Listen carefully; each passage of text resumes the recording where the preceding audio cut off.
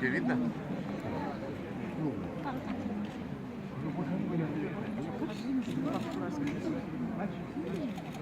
Дорогие участники сегодняшнего мероприятия, мы рады приветствовать вас на торжественной церемонии передачи белого медвежонка, рожденного у пары Колумана-Ломоносова, в Иркутском зоопарке порта Дайду.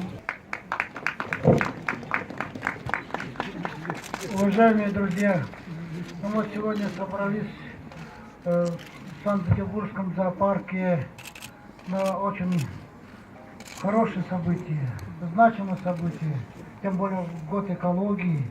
Мы сегодня передаем, возвращаем бабушке, внучку, Арчану, Снежинку из далекой Якутии.